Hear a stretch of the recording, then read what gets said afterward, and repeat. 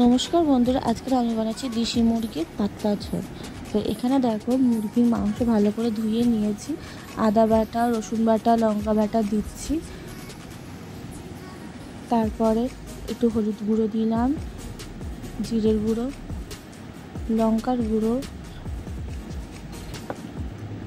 আর একটু জিরের গুঁড়ো দিয়ে তারপরে একটুখানি নুন দিলাম। তারপর সরষের তেল দিয়ে ভালো করে মাখিয়ে নিচ্ছি।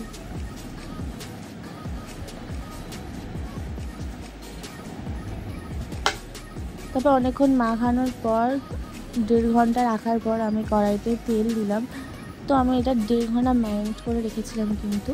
তারপর কড়াইতে তেল দিয়ে আলুগুলো ভেজে নিচ্ছি। আলু ভাজার সময় একটুকুনি হলুদ দিলাম, তো একটু লবণ দিলাম, দিয়ে ভালো করে আলুগুলো ভেজে নিচ্ছি লাল লাল করে। তো এখানে দেখো আলুগুলো আমার ভাজা হয়ে গেছে। এবার তুলে নিয়ে ওই তেলেই আমি পেঁয়াজগুলো দিয়ে দিলাম।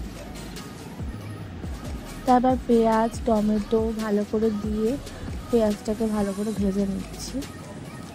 এবার ভাজা হয়ে গেছে, আমি মাংসগুলো দিয়ে দিলাম। মাংসটা দিয়ে ভালো করে কষিয়ে নিচ্ছি।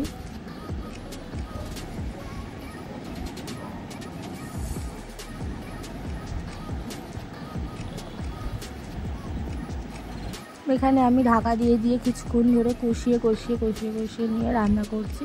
এখানে দেখো মাংসটা অলমোস্ট কষানো হয়ে গেছে, তেল ছেড়ে দিয়েছে।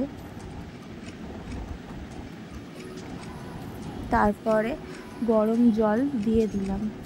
যেহেতু আমি মাংসের ঝোল করছি সেই জন্য গরম জল দিলাম। গরম জল দেওয়ার পর কিছুক্ষণ ঢাকা দিয়ে ফুটতে দিলাম।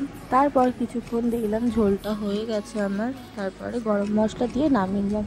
রেসিপিটা কেমন হয়েছে জানি, ভালো লাগলে একটা লাইক করে দিও, শেয়ার করতে ভুলো না কিন্তু সাবস্ক্রাইব করে দিও। টাটা।